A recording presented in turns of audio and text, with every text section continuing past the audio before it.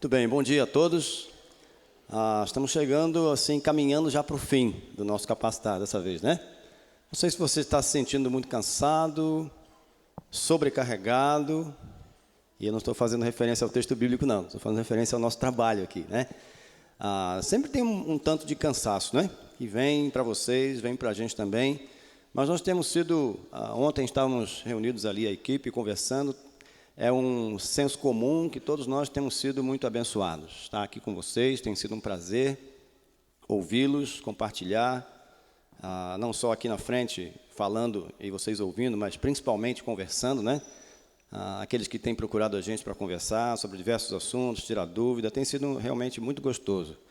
E desde que esse ministério começou, e na verdade ele não começou como capacitar, começou como capacitação antropológica há 10 anos atrás, aqui pelo menos no Brasil, né, Ronaldo?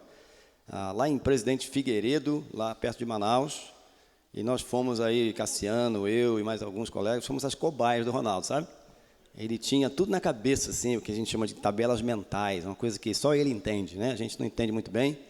Mas nós fomos as cobaias para começar aquele negócio a tomar forma. Então foi muito bom, graças a Deus. De lá para cá, esse é o quarto, né? Quarto capacitar. Então, a proposta sempre foi servir a igreja do Senhor, servir aos irmãos, ajudando, capacitando, dando ferramentas, dando, quem sabe, mais luz. E pensando nisso, ontem eu estava pensando numa irmã, colega nossa, na nossa missão, que faleceu recentemente, com seus 80 e alguma coisinha, mas até o fim ela orou, ela chorou, ela sofreu, a gente podia, conversando com ela, ver o ardor do coração daquela irmã. Trabalhou por talvez 50 anos com os Carajá, lá no Mato Grosso, e ela sentia saudade deles, em cima de uma cama, com Parkinson, muito debilitada, e ela continuava orando por eles, orando por nós, orando por vocês. E uma vez conversando com ela, ela me fez chorar também, né? Choramos juntos, abraçamos, choramos juntos, quando ela me disse assim: irmão, se eu tivesse essa luz há 50 anos atrás, como eu teria feito tantas outras coisas, como eu teria feito, quem sabe, algumas coisas diferentes. E ela disse assim: eu fiz tudo errado. E naquele momento a gente chorou junto, né? Eu disse para ela: você não fez tudo errado, irmã, você fez na luz que você tinha. Então, daqui para frente, você tem uma luz que talvez você não tinha antes. E isso nos faz responsáveis, não é? Agora somos responsáveis pela luz que o Senhor está nos dando e precisamos andar nela. O nosso objetivo em apresentar essa ferramenta, as ideias, os conceitos e tudo mais, mas a ferramenta em si é que você a use. Tem sido sempre uma pergunta que, pelo menos ao meu coração, vem: quantos daqueles que estão ouvindo, recebendo, sendo, aspas, capacitados, vão de fato usar essas coisas, vão de fato colocar isso em prática? E aqui tem uma questão de fé, né? Tem uma questão de fé aqui. Se a gente acredita que isso funciona de verdade, então vamos pôr em prática. Se a gente acredita que esses conceitos são verdadeiros, vamos pô-los em prática. Na nossa vida, seja aqui na igreja, seja no nosso ministério local, seja naquele lugar onde Deus nos enviar, vamos colocá-los em prática. E essa tem sido particularmente uma luta minha com o Ministério de Consultoria, capacitando, orientando, estimulando, desafiando, encorajando missionários e muitas vezes vendo a coisa ser deixada de lado, vamos fazendo assim na hora que der, no tempo que der. E um fato bíblico, verdadeiro e facilmente comprovável é que o tempo está acabando, irmãos. Nós, pensando como crentes, como salvos, como aqueles que pertencem a Deus, nós temos todo o tempo do mundo, né? Todo o tempo do mundo e todo o tempo da eternidade. A eternidade já é nossa. Mas aqueles povos que estão aí esperando ouvir de Cristo, esperando que a luz chegue até eles, eles não têm tempo. E nós precisamos começar, quem sabe, a despertar, como diz a palavra, despertar dentre os mortos. E permitir que o Senhor nos esclareça, permitir que Ele nos motive, permitir que Ele nos impulsione a alcançar, a ir atrás dessas pessoas. Caso contrário, elas perecerão sem esperança. E às vezes eu fico pensando, como será que será a nossa entrada no céu, na presença de Deus um dia, quando chegarmos lá responsáveis por vidas que se perderam, que quem sabe Deus colocou ao nosso alcance, ou quem sabe vidas a quem Deus nos enviou, nos chamou, nos desafiou e deixamos passar. Como será que será esse momento de chegarmos diante do Senhor? O que é que será que vamos ouvir dele? Sinceramente, eu fico pensando, será que ele vai dizer, tudo bem, não se preocupe não. Muita gente morreu e foi para o inferno porque você não me obedeceu. Muita gente se perdeu porque você continuou vivendo a sua vida, cuidando das suas coisas, dos seus planos, dos seus desejos, dos seus sonhos, e está tudo bem. Só para encerrar esse momento aqui, estava numa conferência missionária uma vez, lá em Anápolis mesmo, e fui convidado como preletor naquela conferência. Quando cheguei lá, eu descobri que havia um outro preletor, eu não sabia. E ele foi chamado primeiro, e quando chamaram ele, eu pensei, uai, será que eu estou no lugar errado? Será que é a conferência errada? E ele foi lá para frente, saudou o pessoal, era uma conferência de jovens, né? E ele abriu a sua Bíblia ali e começou a ler e falou assim, eu vim aqui hoje, irmãos, dizer para você que você não deve abrir mão dos seus sonhos.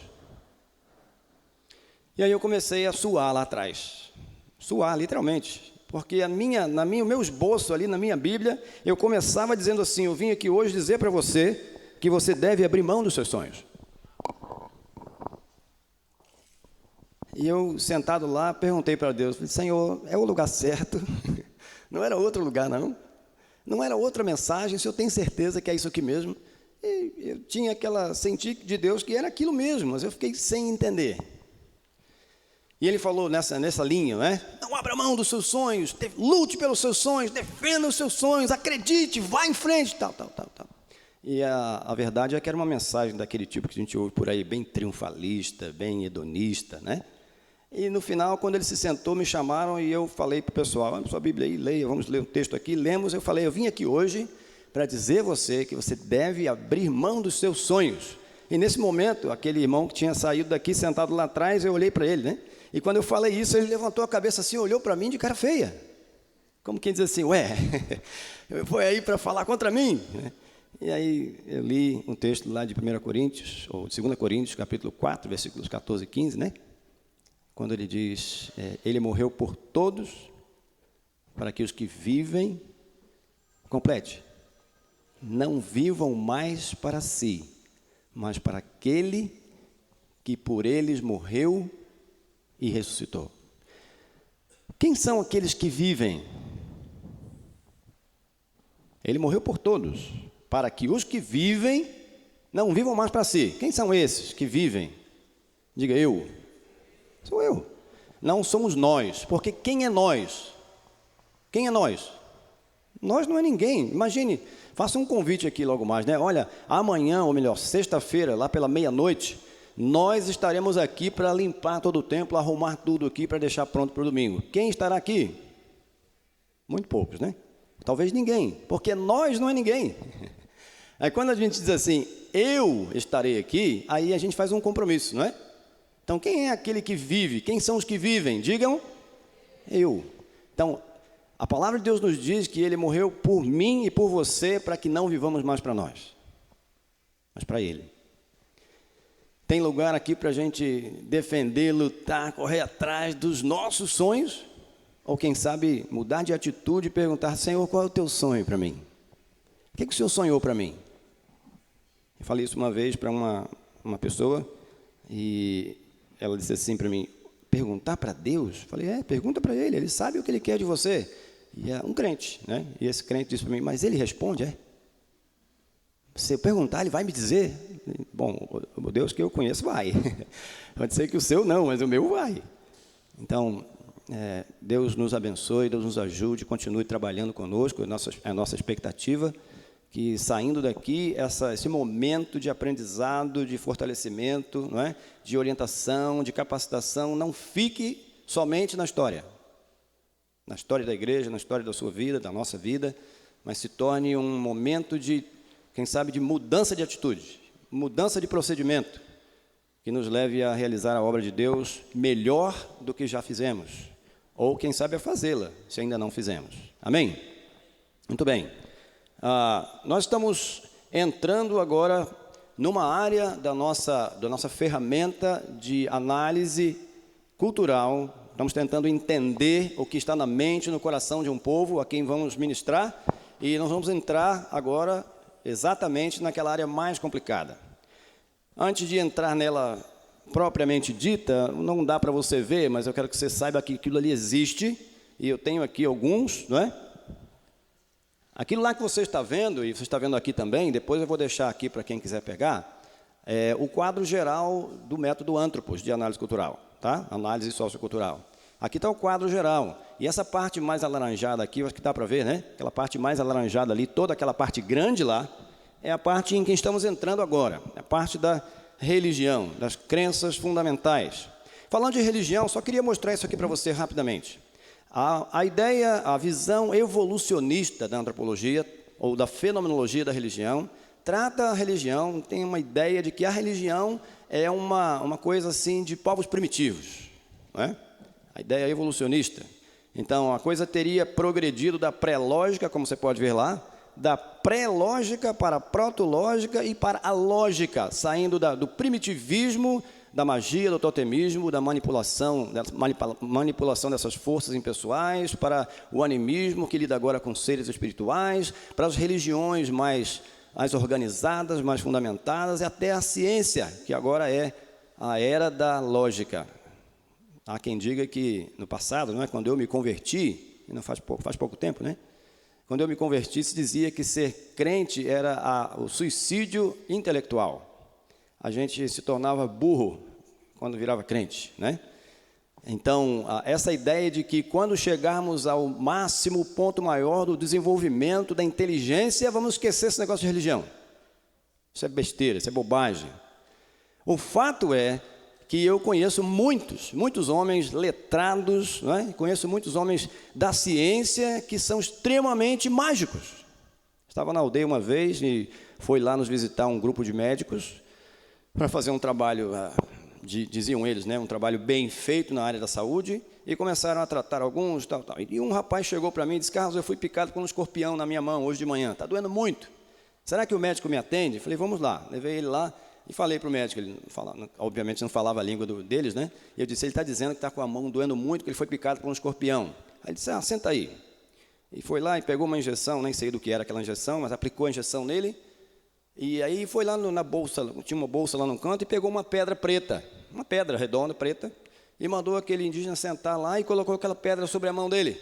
Eu perguntei, doutor, o que é esse negócio aqui, essa pedra aí? Ele falou, isso aqui é uma pedra que tem forças aqui, né? Então, tem fluidos aqui que vem, não sei de onde e tal, que vai tratar. Aí eu brinquei com ele, falei, nossa, isso é muito científico, né? Realmente é uma ciência assim, avançada, né? Aquela pedra preta que tem algum tipo de fluido, não sei de onde é que vem. Então, homens ditos lógicos são religiosos, são espiritualistas, são animistas, e está cheio de gente animista por aí, né? Você já conhece algum crente animista? Eu conheço muitos. Quem sabe tem muitos aqui também, né? Muito bem, mas isso aqui era só para você perceber que essa coisa de religião, para muitos, é só o que existe nas culturas, especialmente dos povos mais tradicionais. Não é só o que existe, mas é muito do que existe. Religião domina todas as suas vidas, todo o seu dia, sua noite, sua maneira de ser, de pensar, tudo está envolvido nessas crenças fundamentais e dominado por essas crenças fundamentais. Então, só para pensarmos sobre isso, e vamos entrar então nessa abordagem pneumatos, que vai tratar da fenomenologia da religião, ou a análise do fenômeno religioso. Deixa eu contar uma história para você rapidamente, tem que ser rapidamente mesmo. Uma vez nós saímos com um grupo de Zoé, lá da aldeia, eles queriam muito abrir uma picada no mato para chegar ao rio maior da área deles. Nessa nossa aldeia ficava longe desse rio. E nós reunimos com eles então e fomos. E foi um dia inteirinho, a gente chama de varação, né? Cortando o mato e caminhando e correndo às vezes para chegar nesse rio. Lá no finalzinho da tarde chegamos lá. E quando eles viram aquele rio, naquele lugar, nunca ninguém tinha ido lá, eles olharam e falaram, nossa, aqui deve ter muito bicho, né? Deve ter muito macaco, é logo o que vem à mente deles, né? Deve ter muito macaco, deve ter muito veado, deve ter muito porco. E do lado de lá, então, deve ter muito mais, porque nunca ninguém foi lá. E alguém ali teve a brilhante ideia, nós queremos passar para o lado de lá. Agora, eles não nadam, eles nem mesmo entram na água do rio, porque eles acreditam que dentro da água existe também um universo espiritual. Então, eles têm medo de entrar ali. Não entram. Eles tomam um banho, como a gente fala aqui, sem saber de onde vem, banho de cuia. Já viu? Eles tomam um banho de cuia, literalmente, mas é pelo medo de entrar na água. Mas aí eu falei para eles assim, mas vocês não conseguem nadar, como é que vamos passar para lá? E aí eu comecei a descobrir que aquela história de que o índio é burro, né? Não é verdade, gente. Um deles falou assim, não, a gente vai cortar um cipó e vamos amarrar de um lado para o outro, e a gente passa no cipó. Boa ideia. Aí eu pensei, mas como é que alguém vai levar esse cipó do lado de lá? Aí eles falaram, você leva. Como?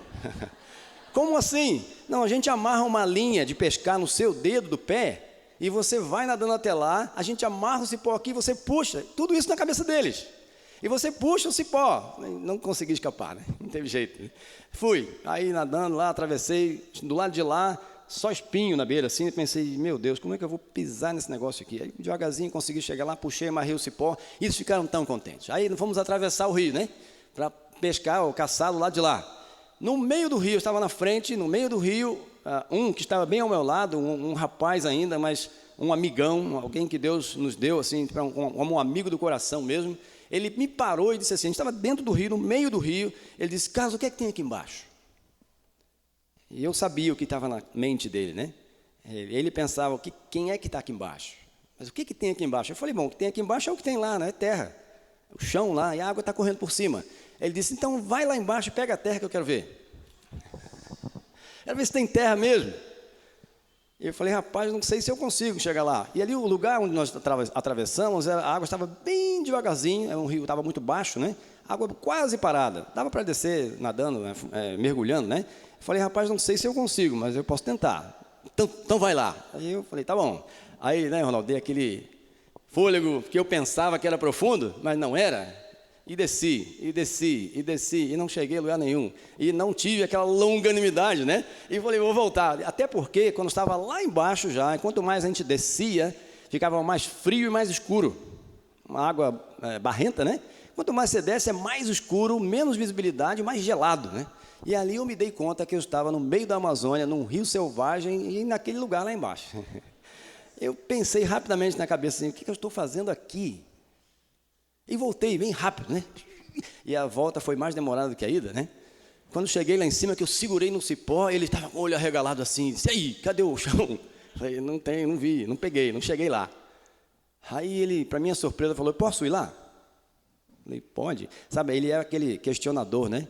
Ele questiona as suas próprias crenças, né? Ele falou, eu posso ir lá? Falei, se você quiser, vai, né? E aí ele respirou fundo também e tentou fechar a boca, porque eles usam um adorno labial aqui que não dá para fechar a boca, né? Fica sempre assim. Nunca fecha a boca, né? Aí vem, né? E mergulhou. E aí o tempo passou, e cadê esse homem? Não volta? Aí eu pensei, vou ter que explicar para a família dele que ele ficou aqui, né?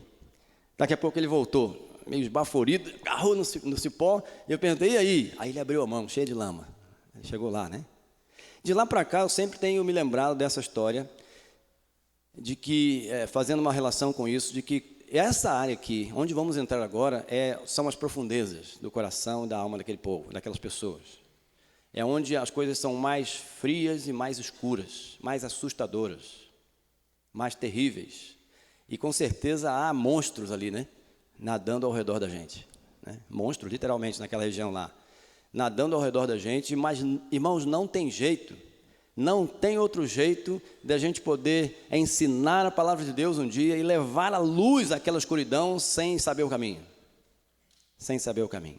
Sabe o que eles fizeram depois? Outra coisa que me assustou. Eles queriam descer ali, todos eles queriam descer, mas eles tinham medo. Como é que chega? Para onde é que vai? Então, o que aquele rapaz fez? Ele foi lá e cortou um tronco mais fino, né? Grande, comprido, e levou esse tronco lá no meio e colocou no fundo e amarrou no cipó. Então ficou aquela haste, né, do cipó até o fundo. E aí os outros podiam descer ali, segurando naquela haste. Iam até o fundo e voltavam. Foi uma ideia fantástica, né? E o que nós estamos compartilhando com você aqui é aquela haste, onde você pode segurar e ir até o fundo e voltar. Uma haste, uma direção, um guia seguro. Então, não deixe isso passar, não fique assim voando, preste muita atenção. A gente vai, se Deus quiser, vamos trabalhar um pouquinho nisso, tá bom? Então, vamos caminhar juntos aqui. Eu acho que agora dá para ler, não dá? Eu quero que vocês me ajudem, senão eu vou ficar falando sozinho aqui, vou cansar vocês e a minha garganta também. Alguém pode nos ajudar lendo aquele primeiro parágrafo?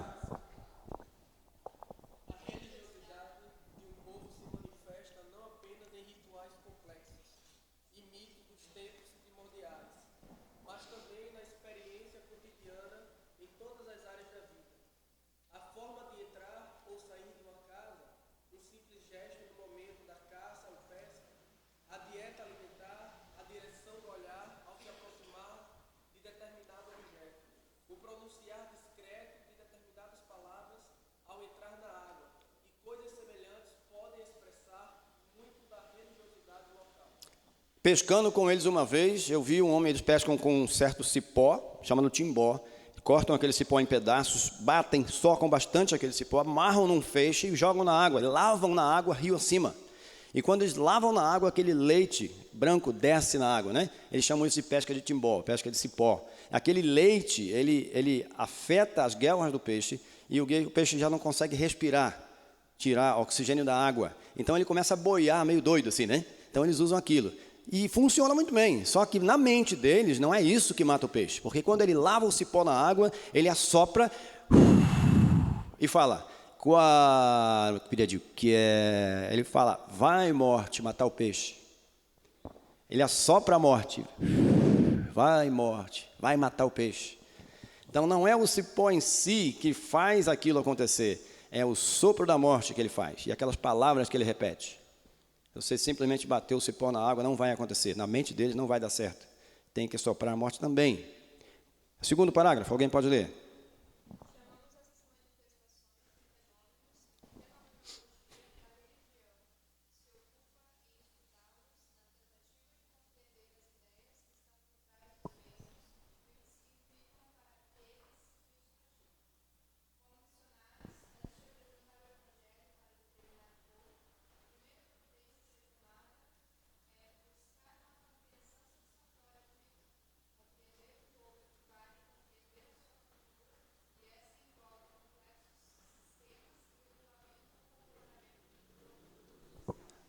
Certa vez eu ouvi de um colega dizendo, eu não quero saber de nada disso aqui. E falei, por que não? Porque essa área aí da cultura, especialmente, ela é muito suja, muito podre. Eu falei, é mesmo, tem razão. E é por isso mesmo que precisamos entendê-la, né? Precisamos saber o que é que tem lá naquele fundo, que tipo de lama tem lá, como é que a gente chega lá. É muito, muito relevante, muito importante. Continuando, dentro do bojo cultural, encontramos o sistema de parentesco, o sistema político, a cultura material, cognitiva e muitas outras áreas nas quais podemos concentrar a análise. No processo de análise, lançamos mão de ciências específicas que nos fornecem métodos de pesquisa adequados. Lembra da vara, que vai da superfície até o fundo, aquele guia? Então, esses métodos, né? A ciência que mais tem contribuído no trabalho missionário para a compreensão dos povos-alvos de evangelização é a antropologia cultural, que se ocupa de todas as áreas acima mencionadas. Entretanto, dos sistemas culturais são sobremodo amplos, dois sistemas, são sobremodo amplos e complexos, sendo necessário abordá-los de forma mais específica. Tratam-se da língua e da religião. Então, vocês irmãos estão acompanhando aqui aquele processo, aquelas técnicas de aquisição de língua, né? E aqui também, mas agora, especificamente na área da fenomenologia, da religião, nós vamos nos aprofundar muito, bastante, não é? Porque é muito importante, muito difícil até. Sim, irmã? A página do livro que nós vamos começar a trabalhar hoje é a página 137. Ok? Página 137. Então, nós vamos começar aí na página 138 hoje. Sim?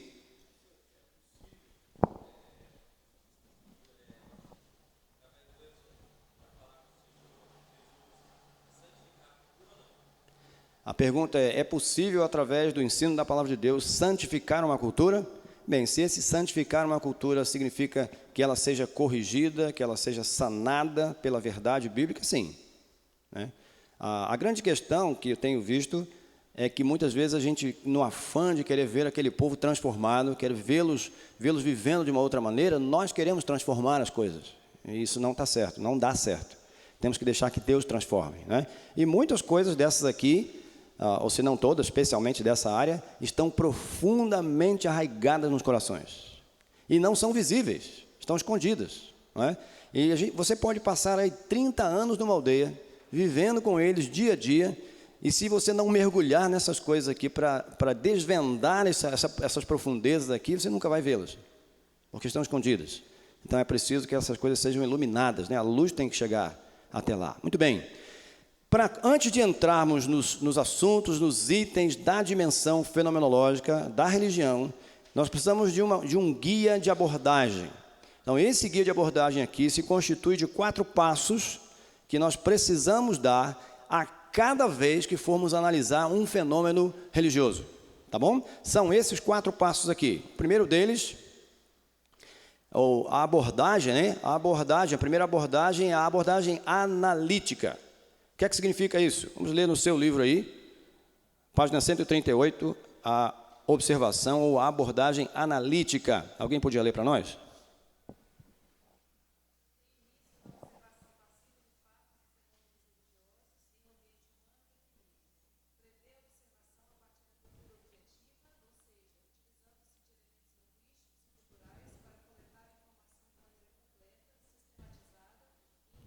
Até aí. Então, perceba que essa observação ou abordagem analítica, como está dito ali, nós queremos, primeiramente, observar e aprender, verificar o que é que acontece no ato religioso, ou seja, o fato em si. Essa aqui é uma avaliação mais etnográfica, né? Nós vamos dizer o que e como, o que acontece e como acontece, é o que a gente pode ver. Então, essa abordagem analítica começa com uma visão superficial, uma avaliação do visível, do concreto, do que está acontecendo aos nossos olhos, ok? Algumas perguntas nos direcionam nessa abordagem. Um pouquinho para baixo aí no seu texto, diz assim, vejamos algumas perguntas da abordagem analítica. Você viu aí? Todos acharam? Então, as perguntas são, quem realiza o ato? Está pensando aqui no ato de soprar, né? Ele está dando um exemplo aqui de uma prática religiosa do povo Rupda, né, em que alguém sopra alguma coisa, vamos chamar isso de um ritual de pagelança, tá bom? Então, há um sopro acontecendo, como aquele sopro que eu falei, que os Zoé usam, né? Soprar a morte para matar o peixe. Então, nós queremos saber quem realiza esse ato de soprar, ou qualquer outro ato religioso. Qualquer outra coisa na área da religião que você observa. Quem realiza? Segunda, crianças podem soprar? Outra, pessoas de outra cultura podem soprar?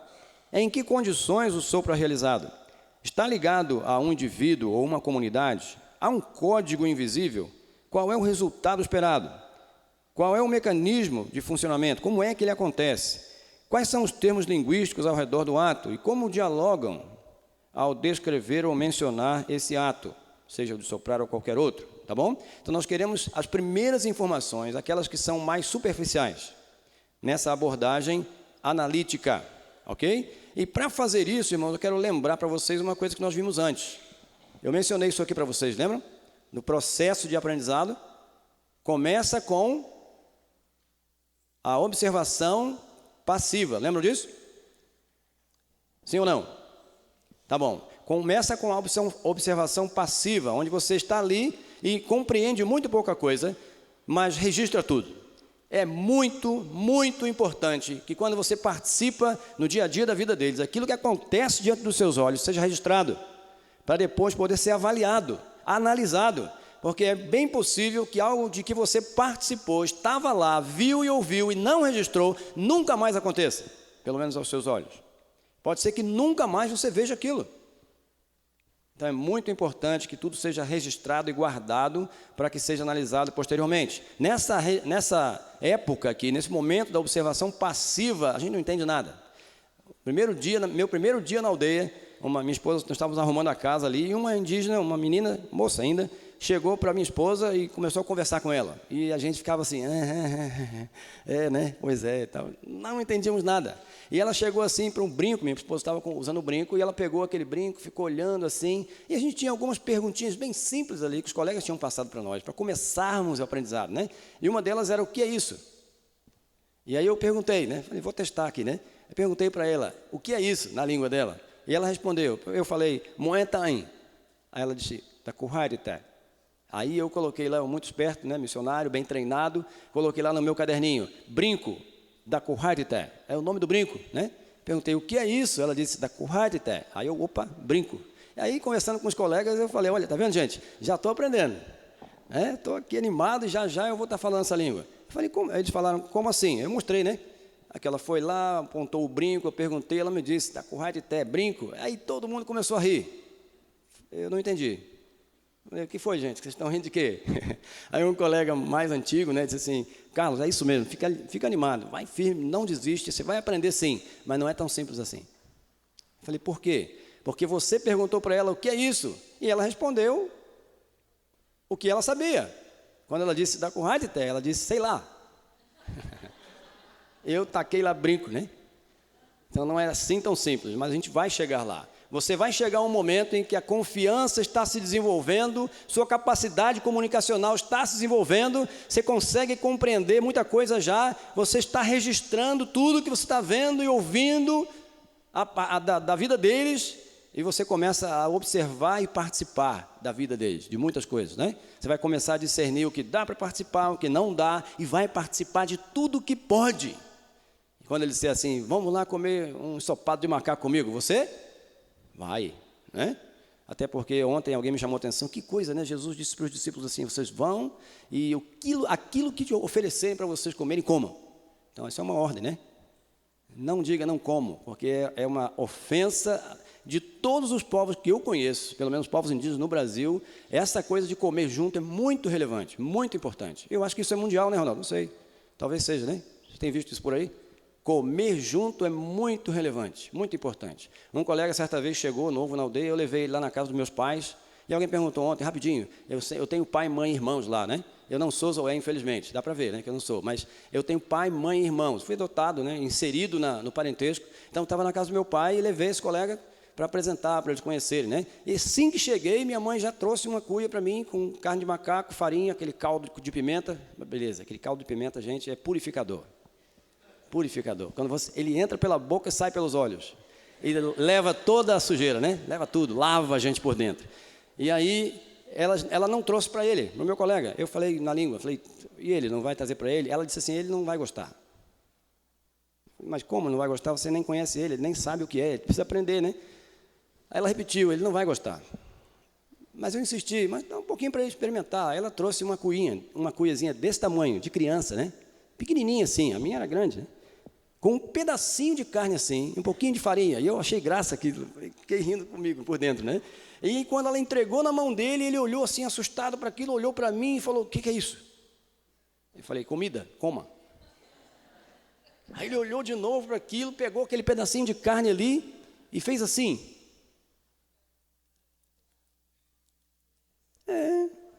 Até que, né, falando comigo, mas eles estavam olhando, né? E o meu velho pai que estava sentado lá fez assim. E aí ela falou assim, eu sabia que ele não ia gostar. Então eu não sei como é, gente, mas parece que esses povos mais tradicionais, eles vivem, existem numa relação tão próxima, tão íntima, que eles aprendem a ler as pessoas. Ele olha para a gente e lê a gente. Ele sabe quem é a gente só de olhar. E isso eu vi acontecer com aquele colega. Eles viram, sabiam de algum jeito que ele ia rejeitar. E, irmãos, nunca mais ele conseguiu proximidade com o povo. Nunca mais. Ficou só num nível superficial e parecia que havia uma barreira ali, né? Ele não conseguia passar daquilo. Muito bem, vai chegar um dia que você compreende, você tem a confiança do povo, você passa então da observação participante para a investigação objetiva. Agora você pode questionar, você pode entrar nos assuntos, porque você sabe o que perguntar, como perguntar, a quem perguntar, quando perguntar e quando não. O jeito certo de fazer. Então isso tudo vai acontecer. E é um processo de aprendizado muito sério, muito importante, muito seguro para quem quer aprender. Então, a primeira abordagem para qualquer fato religioso, ato religioso, é a abordagem analítica. Queremos saber o que acontece, o fato. A segunda é axiomática. O que é um axioma, hein, gente? Vocês sabem? Eu tenho que confessar que eu fui lá no nosso querido Google, né, para pegar uma definição mais assim tranquila para dizer o que é um axioma. Então, um axioma não é um tumor, né? Alguém falou assim, é um tumor. Não, não tem nada a ver com isso, né? Um axioma não é um tumor, tá bom, gente? O axioma é uma verdade afirmada, conhecida e inquestionável. De alguma forma, é inquestionável. Tá, eu tenho uma definição aqui bem interessante de um axioma. uma definição, não, uma frase de Aristóteles, né? O nosso querido filósofo Aristóteles, que ele disse que nada pode ser e não ser ao mesmo tempo. Óbvio, né? Nada pode ser e não ser ao mesmo tempo. É uma afirmação, uma verdade fundamental, não é verdade? Há um outro filósofo aí também muito conhecido, chamado Vicente Mateus. Alguém ouviu falar nele? Vicente Mateus é um filósofo brasileiro, né, muito conhecido, que foi, eventualmente, né, por coincidência, foi presidente do Corinthians. Tem algum corintiano aqui? Não, né? Que bom, que bom. É um auditório seleto, não tem corintiano. Né? Tem, né? Brincadeira, irmão.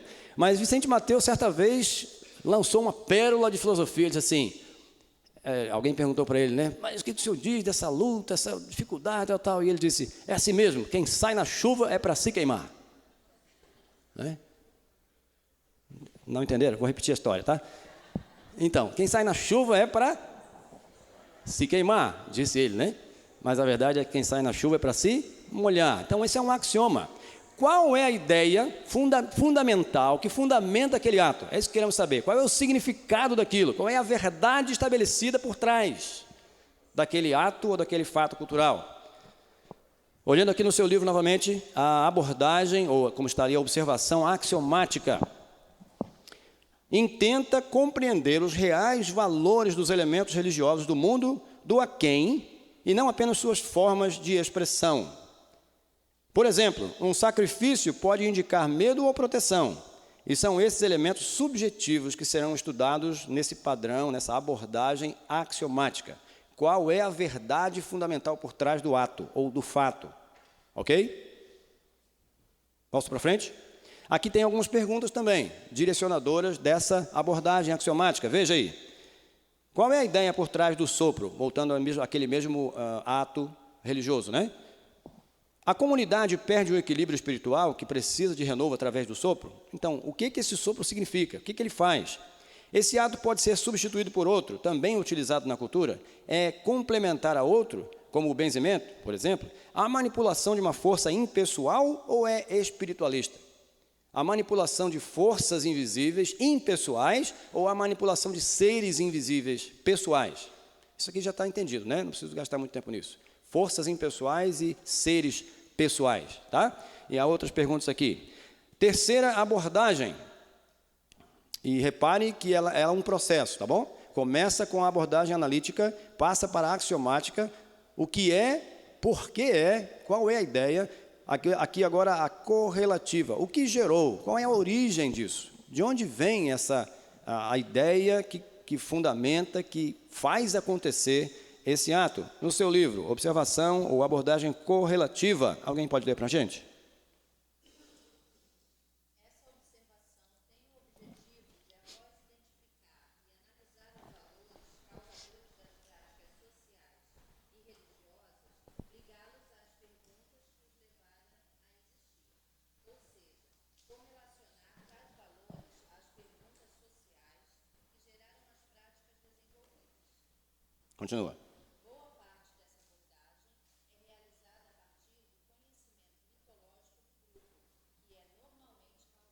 Então, a origem, irmãos, das ideias, isso já foi falado ontem, né? Ronaldo e André trabalharam essa parte de mitos e ritos, vocês se lembram?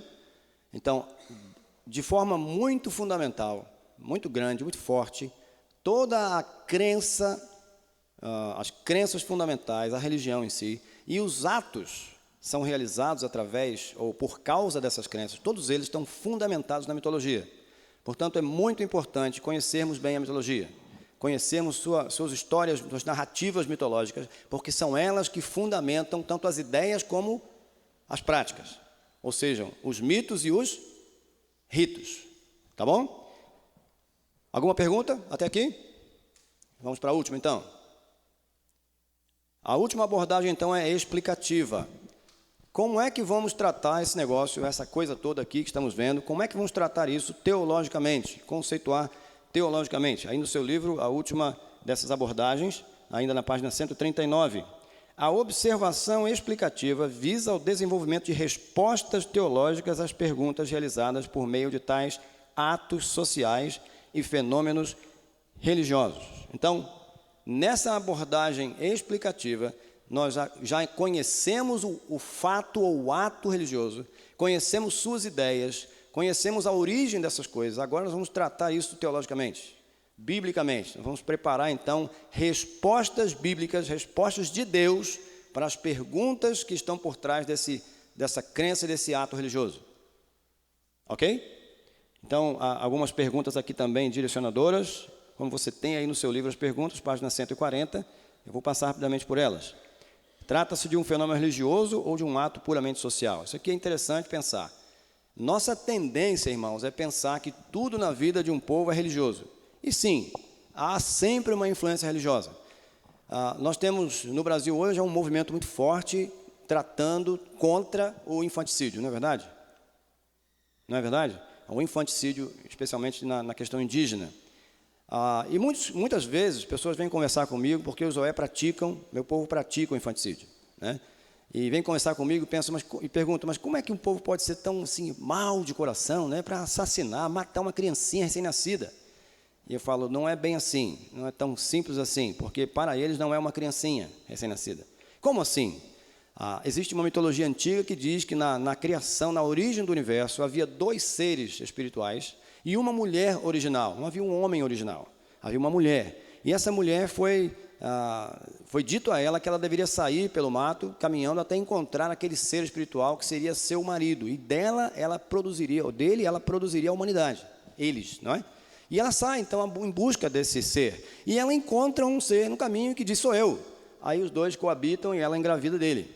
Quando sai dali, ele desaparece, ela sai dali caminhando e encontra um segundo. E esse segundo diz para ela, sou eu, a quem você procurava. E aí ela pensa, alguma coisa não está certa, né? E eles coabitam de novo e ela engravida dele também. Agora ela tem 2 crianças no ventre. E quando nascem essas 2 crianças, um deles é o filho do primeiro e o outro é filho do segundo. Só que o verdadeiro ser a quem ela devia encontrar era o segundo. Aquele ser ético bom, que seria o gerador da humanidade, né? O criador da humanidade, assim por diante. O primeiro, na língua Zoé, ele é chamado de o enganador. Curioso, né? Ele é chamado de o enganador. E ele era um ser ético mau.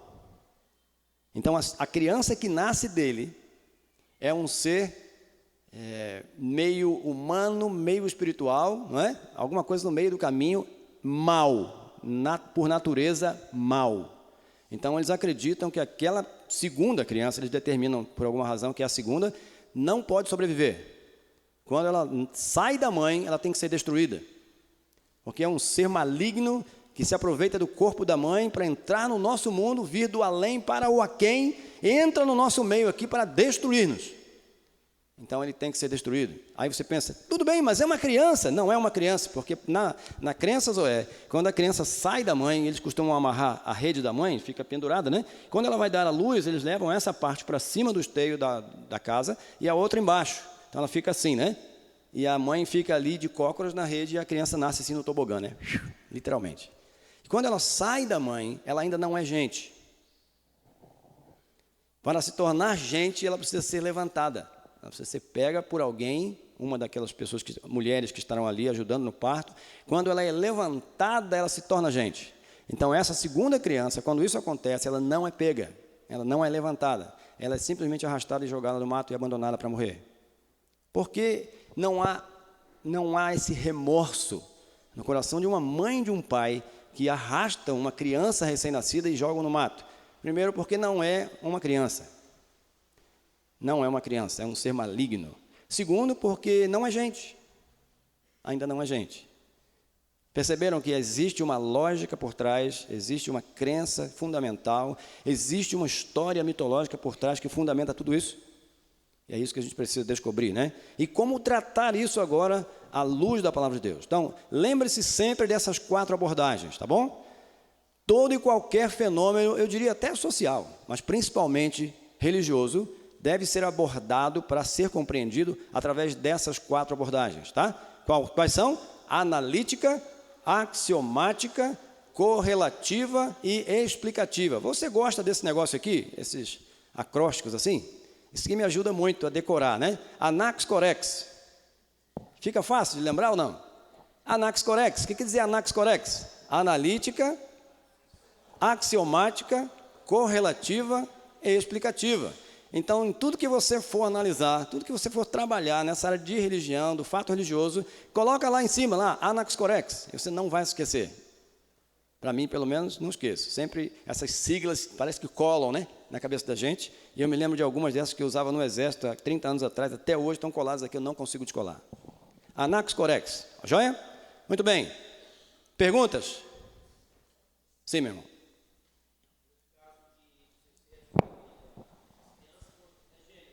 Gêmeas. O segundo é que não deve viver.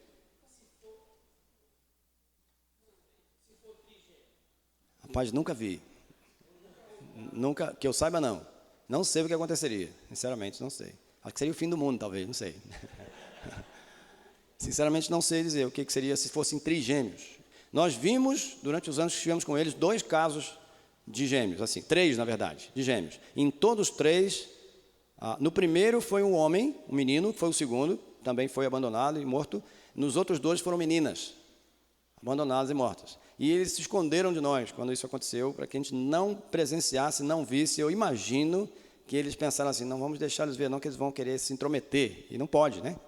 Imagine se você está ali, você sofrendo com aquilo, né? As mães aqui, imagine, né?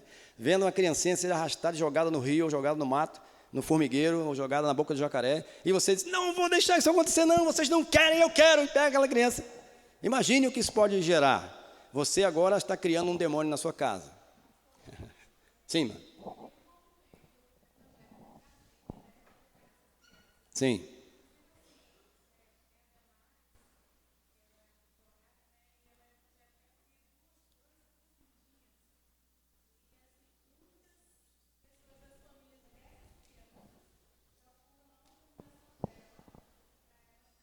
É verdade. Isso está acontecendo, acho que Deus mesmo está movendo alguma coisa aí no meio indígena, né? E muitos estão vamos dizer, se rebelando contra esse fato, essa crença fundamental e esses procedimentos, né? Mas esses irmãos, essas pessoas, sim. A segunda, a norma estabelecida entre os OE, que é sempre a segunda. Ronaldo?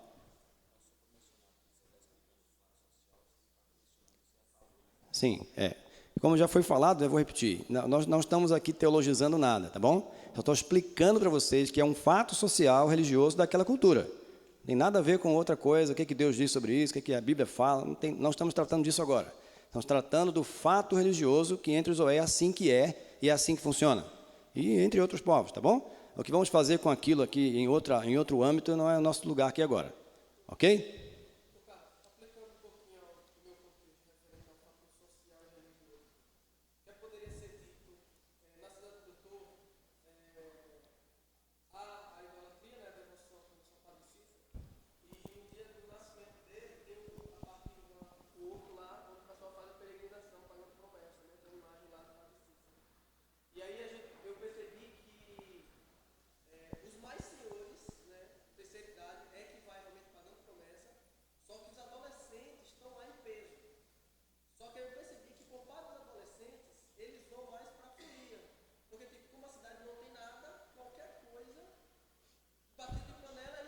Uhum. Os religiosos, os especialidades, vai para pagar promessa. Sim. Os adolescentes e os jovens vão lá para paquerar, para tomar, se vestem bem, como se fosse se vestem muito bem, como se fosse uma festa mesmo.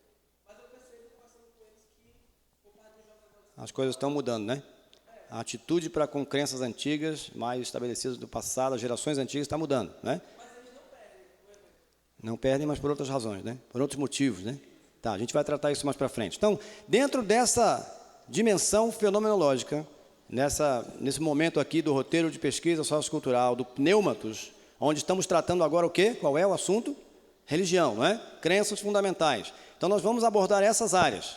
Aquelas últimas 3 ali em vermelho, você lembra que já foram abordadas, né?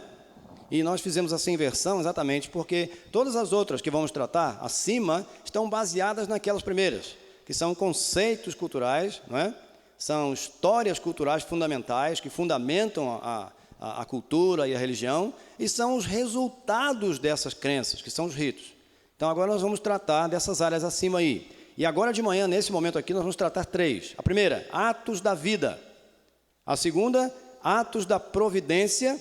E a terceira, atos de adoração e reverência, ou reverência e adoração, tá bom? Essas 3. Vamos juntos, então? A primeira delas, então, é atos da vida. Em que página isso está? 142, muito bem. Lembra-se do Anaxcorex? Tá bom? Então, na medida em que formos olhando aqui os conteúdos que vamos avaliar, vamos analisar dentro dos atos da vida, lembra Anaxcorex, né? Analítica, axiomática, correlativa e explicativa. Muito bem, vamos lá. Atos da vida. Fertilidade. Você vai perceber que esses atos da vida vão desde mesmo antes do nascimento até depois da morte, tá bom? Então perceba isso enquanto andarmos aqui. Vamos ler aqui no livro, rapidamente. Fertilidade. Alguém?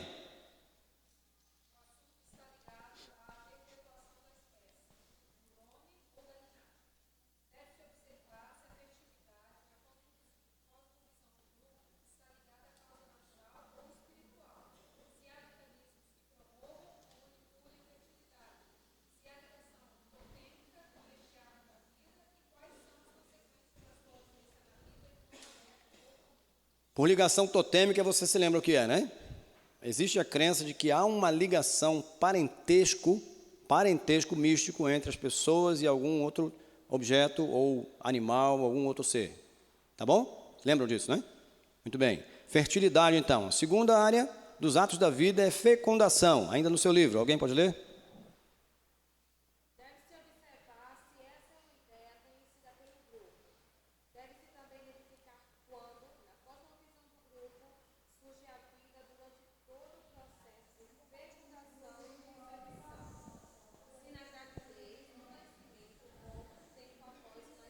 Ok. Alguma pergunta? Terceira área, então, concepção. Alguém pode ler?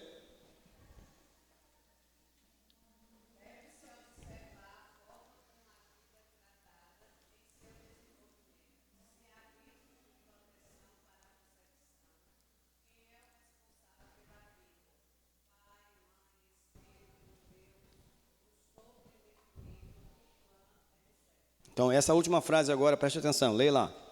Enquanto a fecundação anterior, não é? É ligada à forma como a vida é transmitida, a concepção é vinculada ao surgimento da vida, ao momento do surgimento da vida na visão daquele povo. Ok? Para frente? Gravidez. Deve-se observar se há práticas ou tabus nesse período e quais são. Tais tabus demonstrarão o trato social, os receios e esperanças que o povo tem sobre esse assunto de gravidez. Tá bom? Atos da vida, fertilidade, fecundação, concepção, gravidez. Próximo. Nascimento.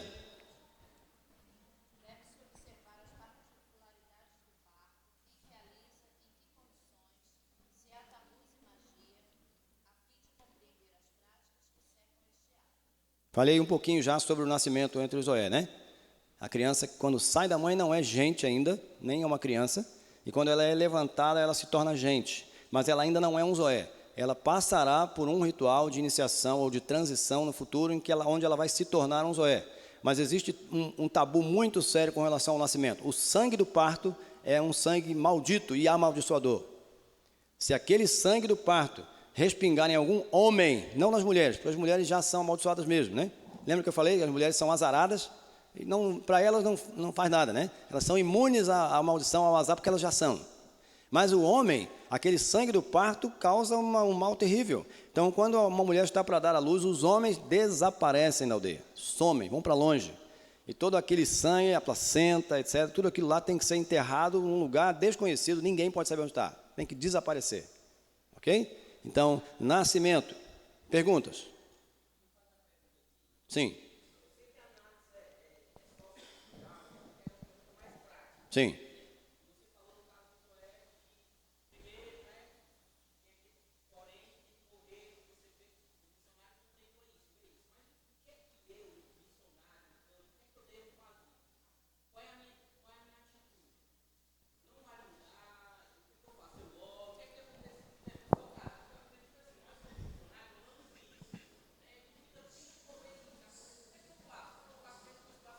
Tá, eu vou tentar responder essa pergunta. Vocês ouviram a pergunta? Com tudo isso aí, o que a gente faz? Vivendo uma situação dessa, o que a gente faz? Vou tentar responder isso outra vez. Não podemos aqui, nem queremos aqui tomar nenhuma direção teológica na coisa, mas antropologicamente falando e missiologicamente falando, missionariamente falando, né? Tá bom? O que a gente faz? Veja bem, se eu tentar impedir aquilo lá, se eu tentar, vamos dizer, pegar aquela criança para mim, vocês vão matá-la, então eu quero para mim. Eu posso condenar o meu ministério ao fracasso para sempre. Eu posso salvar uma vida, aquela criança ali, e perder e fechar a porta para que o povo seja alcançado para sempre. Ou pelo menos na minha existência, né? Porque eu me tornarei alguém que agora quer viver dentro da aldeia, no meio deles, criando um demônio em casa. Está vendo? Então é possível que aconteça. Entre os Yanomami, anos atrás, aconteceu de um filho de um missionário brincando com um estilingue, matou um passarinho que era de um indígena. E aquele indígena, quando descobriu aquilo, ele passou a mão no facão e foi lá na casa do missionário e bateu na porta e disse: traz o teu filho aqui que eu vou matar ele. Quê? Como assim? Ele matou o meu filho e agora eu vou matar ele. Porque aquele passarinho era considerado como um membro da família. E o menino matou com um estilingue, né? Então, o que pode acontecer se eu tentar salvar a vida daquela criança, não deixar que ela seja morta ali e me intrometer naquilo? O que pode acontecer?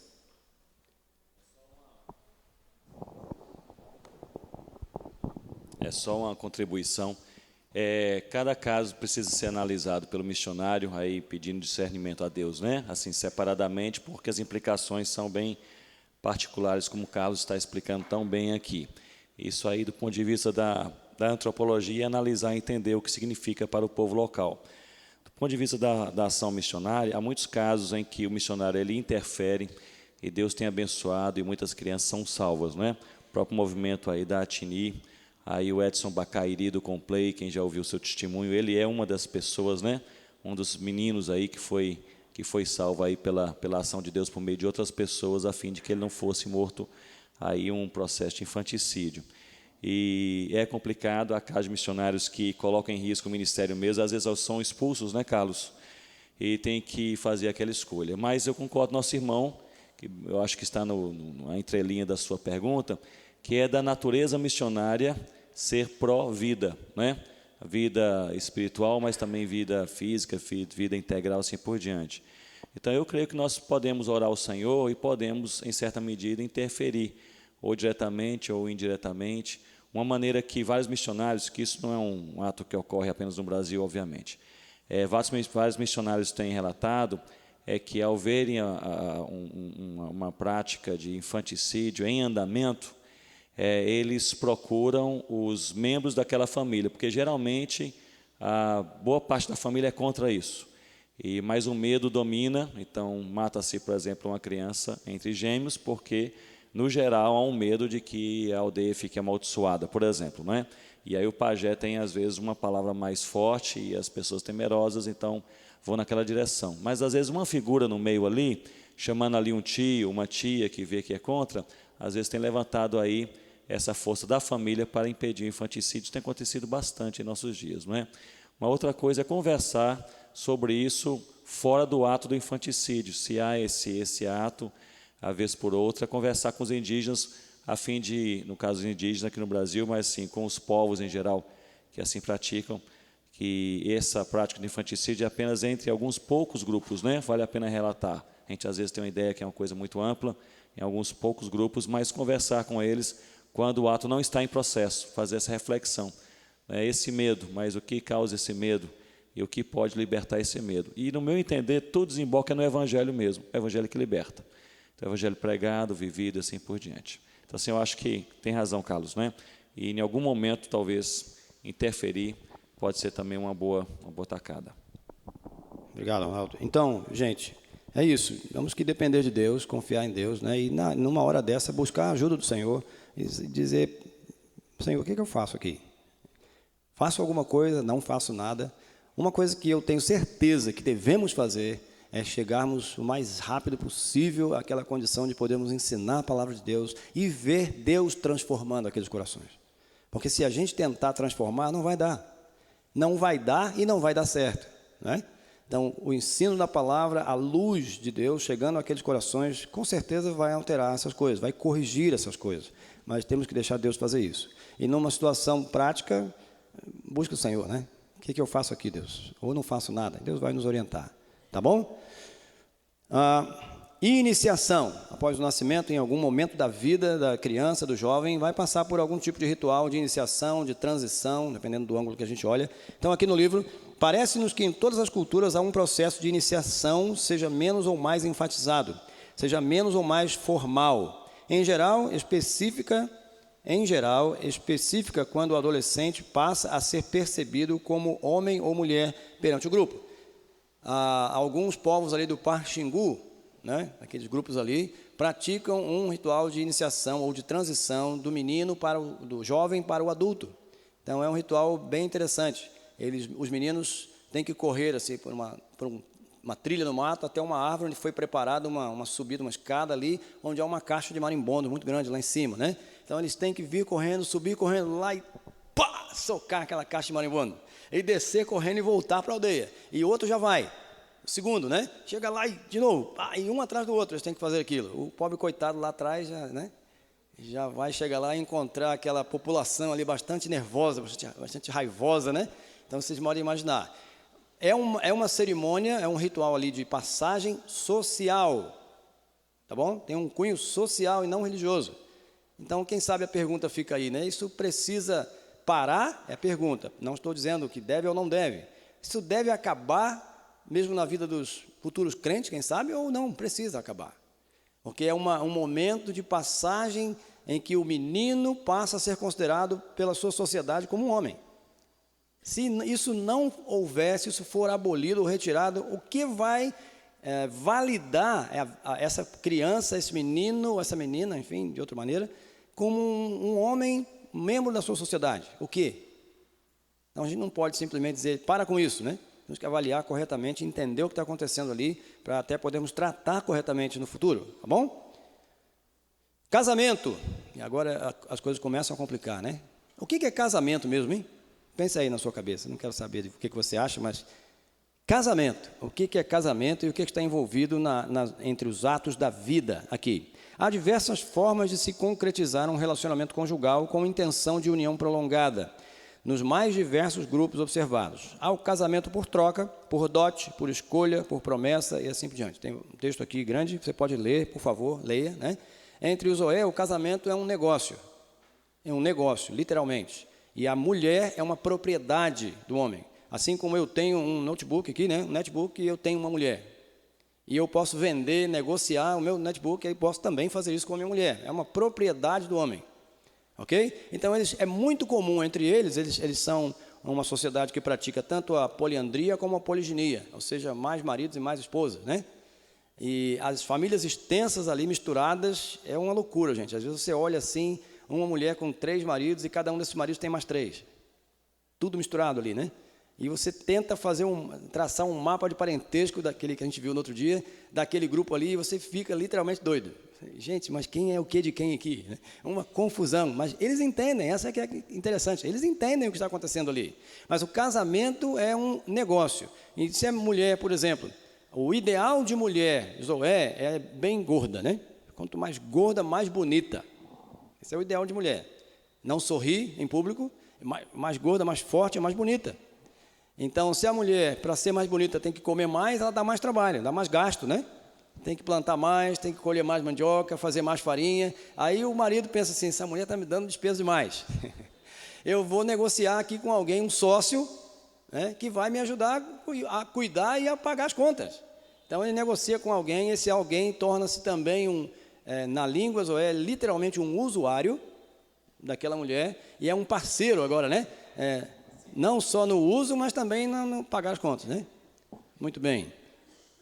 E o casamento, Zoé, assim como é um negócio, é uma aquisição ou uma troca, ele pode também ser desfeito no mesmo nível, da mesma maneira.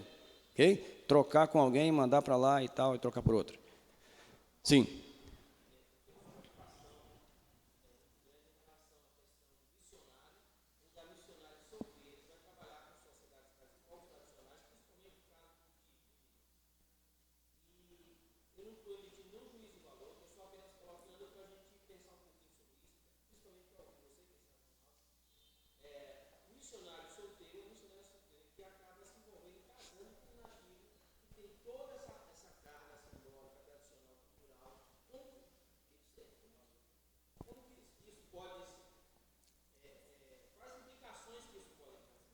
Rapaz, esse é um outro capacitar, que a gente vai tratar depois. 2017, vamos ter um capacitar só para esse assunto. Só esse, vamos tratar ele uma semana, assim. Não sei se a gente consegue chegar no final dele, né? Tá bom? Vamos deixar isso aqui para um outro momento? É complicado lidar com esse tipo de coisa, né? Lembre-se que nós estamos falando de religião, tá bom? Então, estamos falando quais são as ideias atrás desses atos, dessas práticas, envolvendo essas áreas aqui, casamento, daí de cima até onde viemos, até casamento, né? Estamos falando de crenças de religião, tá bom?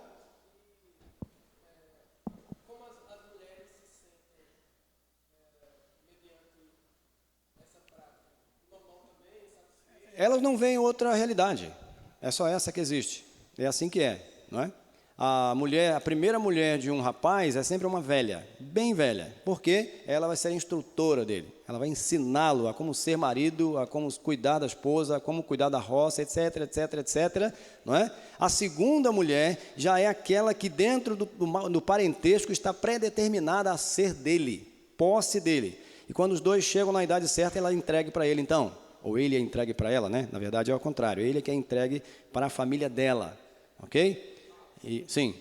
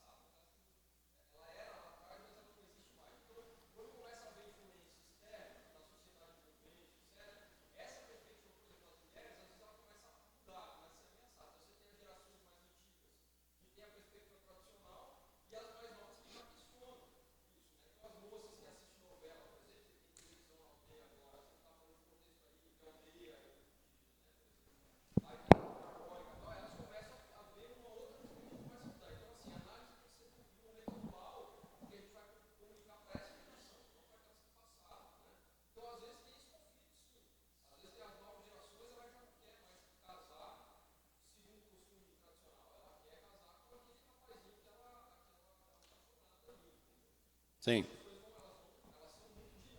Exato. E um perigo também, gente, é você tentar analisar o fato social, o fato religioso ali que você está vendo na hora. E deduzir e determinar o que é e o que não é pelo que você está vendo. Então, isso não pode acontecer. Quando a gente tenta deduzir, quase com certeza absoluta, nós vamos errar, né? Então, colete a informação, vamos trabalhar as informações posteriormente para a gente chegar às conclusões. Morte, o que é que significa morte? O que acontece durante a morte? O que acontece depois da morte? Qual é o que está envolvido no momento da morte, em termos de práticas, de atos, ou quais são as ideias por trás desse fato da vida, né? A morte não é um ato da vida? Então, tem que estar incluído aqui, tá bom? Funeral. Deve-se observar os funerais, forma, duração, atos que o definem, cuidados, liturgia, papel e expectativa da família, sentimentos envolvidos e consequência para o círculo próximo daquele que morreu. A morte é um momento difícil, para mim, pelo menos, é um momento difícil. Se eu pudesse, eu só iria no meu funeral, de mais ninguém. Ou, aliás, eu não iria nem no meu, né? Se eu pudesse, não iria nem no meu, quanto mais de outros, né? Mas não tem jeito, né? É um ato da vida, tá bom? O que está envolvido no funeral? Quais são as expectativas, os sentimentos, os pensamentos? Alguém levantou a mão aqui? Não? Então vamos lá. Por último, pós-morte. O que acontece depois da morte? Qual é a expectativa? Existe esperança? Quais são as ideias que estão na mente do povo, no coração do povo, acerca do pós-morte? Ok? Você se lembra que eu mencionei os Carajá no outro dia? Para os Carajá, a morte é apenas um retorno para aquele lugar, para aquele momento, aquele lugar perfeito onde eles viviam antes e voltam para lá. Então, essa é a expectativa que vem após a morte. E aí a gente transmite a eles uma mensagem de esperança para Isso aconteceu com os Carajá, estou mencionando por isso. Uma mensagem de esperança futura para o céu, etc. E eles falam, bem, vocês precisam disso mesmo, mas nós não precisamos, né? Nós todos vamos para o céu, dizem eles, né? Ok? Ok? Perguntas? Muito bem. Eu vou pedir para vocês me darem mais uns minutinhos, tá bom? Para a gente terminar isso aqui. A gente começou um pouquinho mais tarde, então vamos ganhar tempo aqui. Atos da providência. É a segunda área dessa abordagem pneumatos, não é? Entre os atos da vida, já vimos, agora atos da providência. página 147. O que é que temos aqui dentro dessa área dos atos da providência? Destino e controle da vida. Deve-se observar na cosmovisão local o conceito de destino e controle da vida de forma geral, não apenas humana. A intenção nesse ponto é justamente observar, compreender que elementos estão no controle do destino do universo e do homem. Ok? Destino e controle da vida. O que é que temos debaixo disso? A vida é governada ou desgovernada? Ela é governada por uma força pessoal ou impessoal? Se ela é governada, existe predestino? Se ela é desgovernada, existe acaso? A ideia é um acaso? O que vier, virá?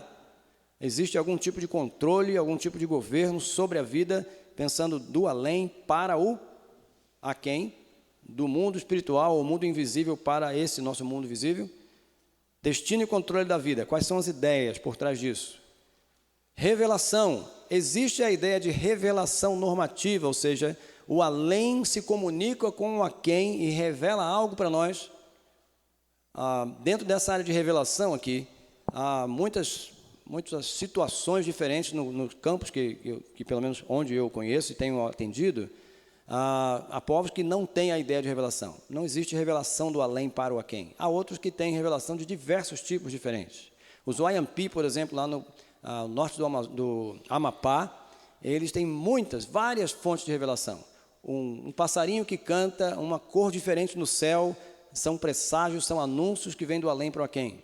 As palavras de um moribundo, né, o cara que está morrendo ali, as últimas palavras dele têm que ser bem ouvidas e prestar atenção, porque na mentalidade deles ele está vendo já o além, ele está passando, ele está vendo o além, então o que ele disser é muito importante, preste atenção. Então eu ouvi de um índio Wayampi dizer isso, ele fala: vocês são muito negligentes, vocês não prestam atenção nas palavras dos mortos, ou dos que estão morrendo, né? Vocês são negligentes, porque eles estão vendo o outro lado, você nunca viu, mas eles estão vendo, então escute o que ele fala. Aqui no Nordeste, um irmão ensinando a palavra de Deus aqui para um grupo, e ele falou para mim assim: Carlos, eu estou desanimado, porque parece que eu falo, o povo não reage, parece que a palavra de Deus não produz nada. A atitude deles para com a Bíblia é assim meio, né? Tá bom, eu estou vendo, mas entra aqui, sai ali. Eu perguntei para ele: como é que você apresentou a Bíblia para eles, quando você começou a ensinar? E ele falou: eu não fiz isso não apresentei a Bíblia. Então, é possível que quando eles ouvem você falando do que está escrito na Bíblia, a revelação bíblica para eles entra na mesma categoria de todas as outras revelações. É mais uma revelação. Não é a revelação, é só mais uma. Então, se antes de ensinar a palavra de Deus, eles não entenderem o que é a palavra de Deus, qual o lugar que ela deve ocupar em termos de prioridade, de verdade, de fato, entre todas as revelações que eles conhecem, ela simplesmente será colocada junto, no mesmo saco de todas as outras. A atitude deles vai ser essa. Essa aí é mais uma revelação, essa é de vocês, nós temos a nossa. Tá bom? Então, revelação. Forças místicas. Que tipo de forças místicas existem na mentalidade religiosa desse povo? Existem forças superiores, mágicas ou pessoais. Por forças superiores, estamos pensando em forças não manipuláveis, ou, por outro lado, manipuladoras. Forças superiores ao homem, que não podem ser manipuladas, tanto mágicas e impessoais como pessoais. Existem forças igualitárias ou inferiores, mágicas e pessoais. Então, forças superiores são não manipuláveis, forças inferiores, manipuláveis, tanto mágicas como pessoais. Igualitárias são aquelas que se relacionam com o homem num nível igual. Podem ou não ser manipuladas de alguma maneira, mas se relacionam num nível de igualdade com o homem. Superiores, igualitárias e inferiores. Manipuláveis, não manipuláveis, igualitárias. Tá joia? Então aqui vocês vão encontrar muita coisa na cosmovisão de um povo tradicional, sim?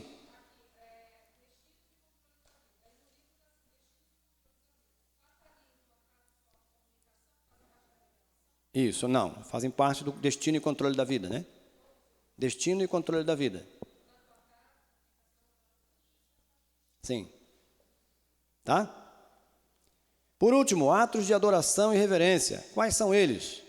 Gratidão e reverência, cura, produção, prosperidade, É familiar ou é individual? Como é que acontece entre esse povo?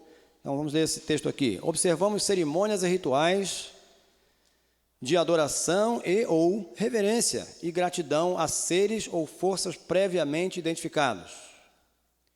Adoração, preste atenção nisso aqui, tá bom? Nós vamos já tomar o café. Adoração é o reconhecimento da presença e influência de um ser místico sobre o homem e expressa a ideia de um relacionamento pessoal. Eu falei no outro dia que eu tenho visto, na minha experiência, tenho visto que é muito incomum, pelo menos onde eu conheço, é muito incomum encontrarmos a ideia de adoração de um ser espiritual, seja superior, mesmo que seja superior. É muito incomum a ideia de adoração, esse relacionamento, por exemplo, que nós temos com Deus, né? De filiação, de pai e filho. Isso é muito incomum. Se existe, eu ainda não encontrei. Mas a adoração é o reconhecimento da presença e influência e a ideia de um relacionamento pessoal. O louvor é o reconhecimento agradecido desses atos, dos atos desse ser superior. Ok? Tá bom? Oração e magia são duas técnicas básicas de lidar com o sobrenatural. A primeira, qual é? Oração, tá? É o meio de buscar relacionamento interpessoal de subordinação com as forças sobrenaturais animistas, espíritos, espirituais, tá? Então, oração é a primeira técnica de buscar relacionamento interpessoal. A segunda, qual é? Magia é uma técnica de manipulação e controle externo sobre as forças sobrenaturais manaístas. Então, estou dizendo forças impessoais. É possível também, há casos em que essa segunda manipulação aí também é com relação a espíritos. Mas no caso da magia, são forças impessoais e não seres pessoais, ok? Investigando estes atos, podemos identificar a ou as pessoas ou forças presentes na cosmovisão do povo. Devemos observar as práticas como sacrifícios, invocações, orações, bem como manipulação de elementos naturais, aplicando sobre eles as 4 abordagens sugeridas anteriormente. Então, se nós estamos vendo sacrifícios, invocações e orações, nós estamos vendo uma manifestação de uma religião espiritualista. Tá bom? Se nós vemos atos de manipulação de elementos naturais, nós estamos vendo uma religião mágica, com a manipulação de elementos naturais. Ok? E sobre todos esses fatos e atos religiosos, nós devemos abordá-los com aquelas 4, né? Lembram? Qual é aquele acrósticozinho que eu fiz lá, aquela sigla? Anaxcorex. Quais são as 4 abordagens? Analítica, axiomática, correlativa e explicativa. Alguma pergunta a mais? Então, não deixe que isso aí aconteça com você, tá bom? Sei que é muita informação, mas não deixe que o negócio caia lá e quebre e vire um monte de coisa lá. Fique firme aí que a gente está chegando no final, já vamos chegar. Vamos tomar um cafezinho? Alguém tem algum aviso antes do café? Tem, o Cassiano vai dar uma palavra aqui.